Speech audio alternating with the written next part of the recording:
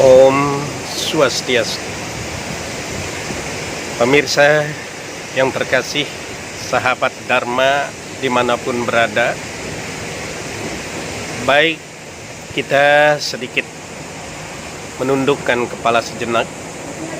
Om Guru Brahma, Guru Wisnu, Guru Deva Maheshwara, Guru Sat Sat Param Brahma, Tasmai Sri Guru Iya Namah Swaha. Semoga Brahman dalam manifestasinya sebagai Dewa Brahma, Dewa Wisnu dan Mahadewa melimpahkan anugerahnya kepada kita semua.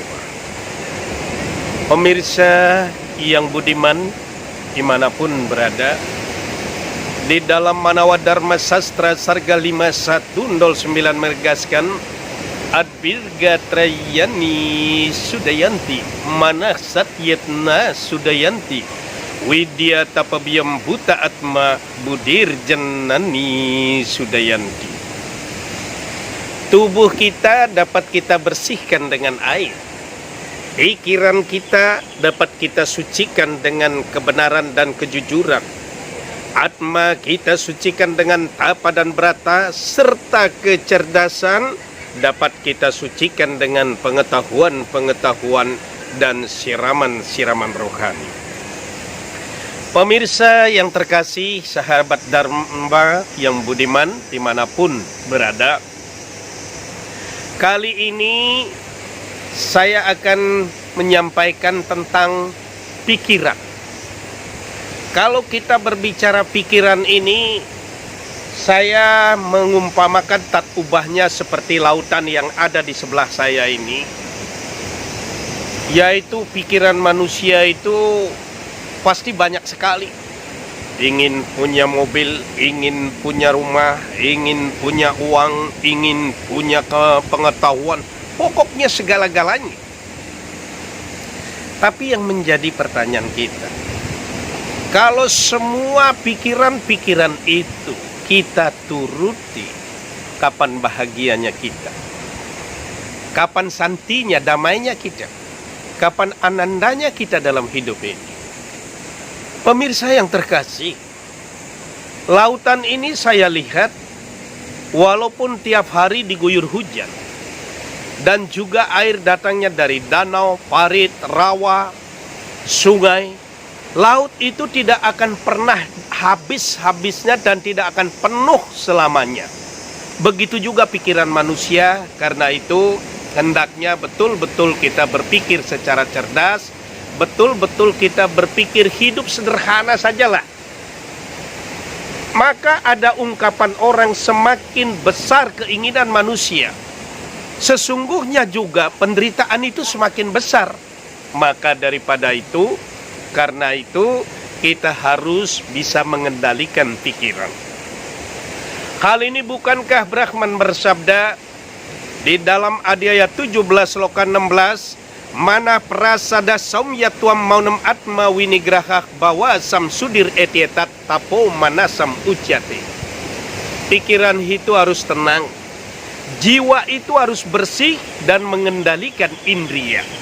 Pemirsa yang terkasih dimanapun berada, jadi untuk menjadikan kita santi damai di dunia ini, perlu adanya satu ketenangan pikiran.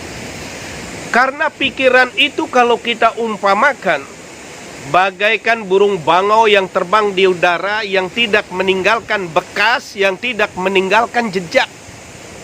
Bagaikan ikan yang berenang di air, kita tidak tahu bekas jejak ikan itu. Itulah pikiran karena mempunyai satu kekuatan gaib. Maka daripada itu, pemirsa yang terkasih dimanapun berada, kita betul-betul dalam hidup ini kita mensyukuri sekali. Apapun yang kita miliki, itu yang kita jaga, itu yang kita perhatikan. Kita pernah ada juga satu yang pernah saya dengar, dan kalau kita saksikan, Ibaratkan tukang parkir itu. Tukang parkir nampaknya sangat ikhlas.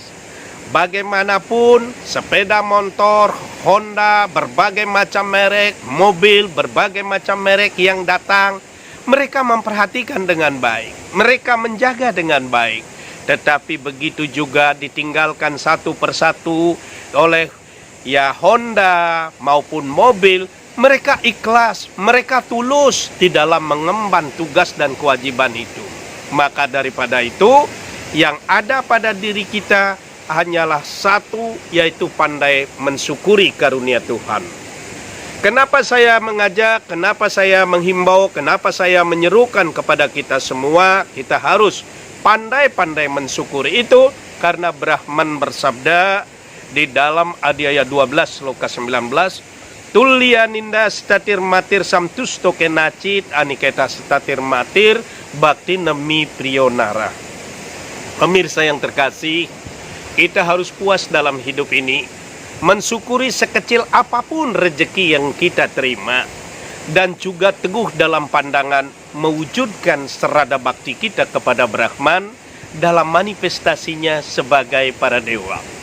Oleh sebab itu, walaupun kita hidup dengan penuh kesederhanaan, ibaratkan kita dianugerahkan bisa memiliki katakan rumah BTN yang RSS katanya orang, rumah sangat sederhana.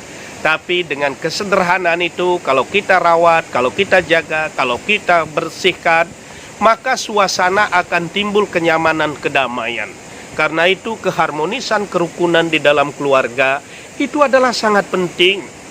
Apa sih artinya? Perut kita tidak terlalu besar, perut kita tidak sebesar kapal perahu, maka daripada itu kita sesungguhnya secukupnya itu perlu. Belajarlah dari burung. Tatkala burung itu dia itu menikmati dengan tenang, bersenda gurau, damai, maka setelah itu walaupun ada banyak makanan, mereka itu meninggalkan, memberikan kesempatan kepada teman-temannya yang lain. Bukannya kita rakus, bukannya kita mengkeruk sampai sekian keturunan, tapi ingat ada satu sabda Tuhan yang sangat penting, sesuai dengan sabdanya yang terungkap di dalam Sarasa Musaya 267. Jatasyahi kulemukie para wicetu lobasca prajnya mahati hatasriam. Kendati pun keturunan orang mulia sekalipun, kalau kita mengambil hak orang yang tidak hak kita, hak orang lain kita ambil, kita misalnya kita apalagi korupsi, maka dengan demikian hilanglah kearifan itu.